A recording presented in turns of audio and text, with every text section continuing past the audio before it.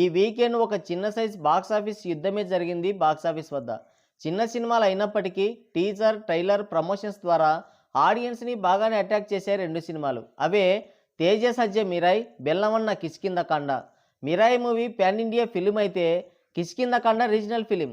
September 12న కిష్కిందకాండ సోలోగా release కావాల్సి ఉండే, కానీ మిరాయ్ మూవీ రిలీజ్ సెప్టెంబర్ 5 అయితే షూటింగ్ డిలే వల్ల సెప్టెంబర్ 12కి పోస్ట్ పోన్ చేశారు. బాక్సాఫీస్ క్లాస్ తప్పలేదు.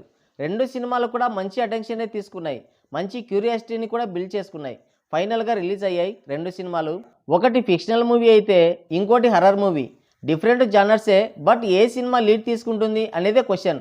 ఎప్పుడు రైజ్ అయ్యే క్వశ్చనే ఇది. అయితే ఈ వీకెండ్లో అలా సరదాగా సినిమాకి వెళ్ళాలంటే రెండింటిలో ఏది బాగుంది, పెట్టిన డబ్బులకు ఏది వర్త్ వాచ్ అనేది ఇప్పుడు చూద్దాం.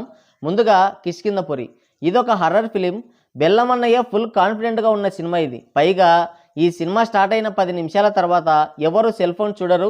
ఒకవేళ ఎవరన్నా చూస్తే నేను ఇండస్ట్రీనే వదిలిపెట్టిపోతా అన్నాడు. మరి అంత మ్యాటర్ ఉందా సినిమాలో? పదండి చూద్దాం. ముందుగా స్టోరీ విషయానికి వస్తే బెల్లమన్నయ్య, అనుపమ ఇద్దరు కప్లింగ్ మీద దర్దాడు, అదే లవర్స్.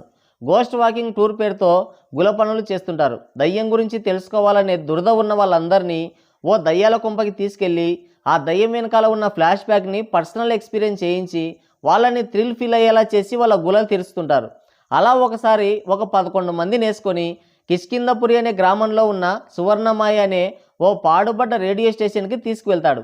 వీళ్ళ గులతో అక్కడున్న ఒక దయ్యాన్ని డిస్టర్బ్ చేస్తారు. ఇక అదేమో వీళ్ళ వెంట పడుతుంది. పైగా మీలో ఎవరిని వదిలిపెట్టనని శపథం కూడా చేస్తుంది. అన్నట్టుగానే ఓ ముగ్గురిని వేసేస్తుంది. తర్వాత ఏం జరిగింది, మిగిలిన వాళ్ళని హీరో ఎలా సేవ్ చేశాడు, అసలు ఆ దయ్యం ఫ్లాష్ బ్యాక్ ఏంటి అనేది రిమైనింగ్ స్టోరీ. ఇక సినిమా ఎలా ఉందంటే దయ్యాల గురించి తెలుసుకోవాలనుకున్న తీట బ్యాచి ఓ పాడుపడ్డ బంగ్లాకి వెళ్ళడం, అక్కడ దయ్యానికి చిక్కడం, హత్యలు, తర్వాత ఆ దయ్యం కొంప నుంచి బయటపడడం, ఇవన్నీ కూడా routine concept.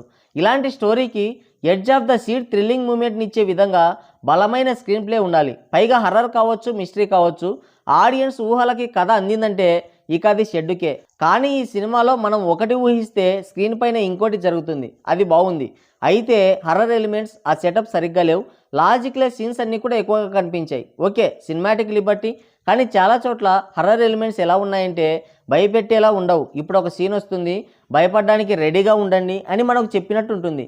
Flash back episodes బాగున్నాయి. తర్వాత సినిమా ఎటో వెళ్ళిపోయింది. ఆ ఫ్లాష్ బ్యాక్ ఎపిసోడ్ అయితే బెల్లమన్న ఓల్డ్ మూవీ రాక్షసుని గుర్తు చేస్తుంది.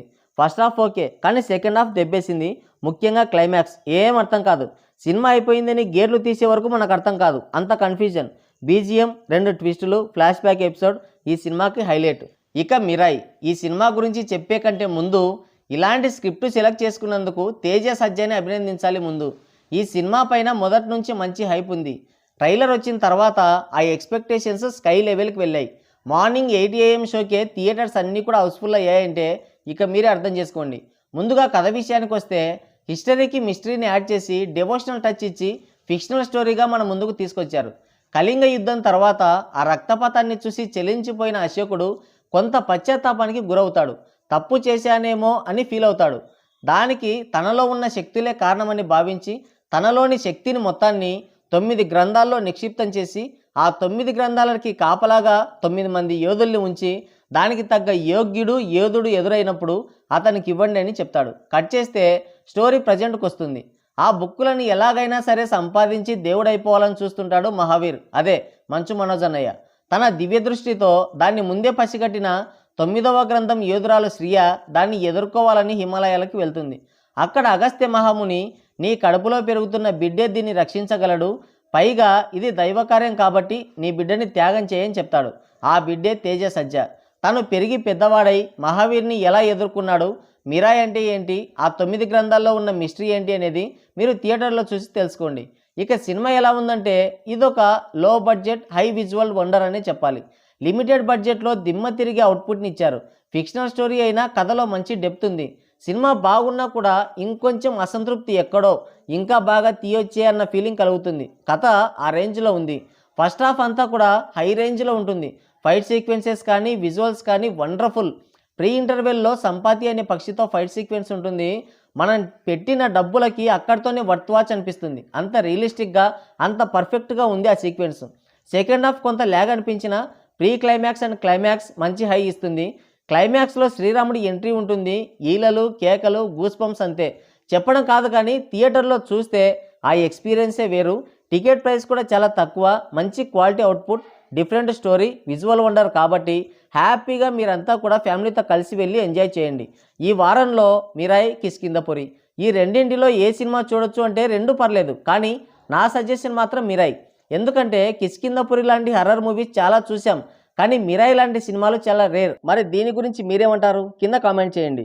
సో గైస్, ఇది వీడియో. మరోసారి మరో ఇంట్రెస్టింగ్ వీడియోతో మళ్ళీ కలుద్దాం. Thank you, take care, bye bye.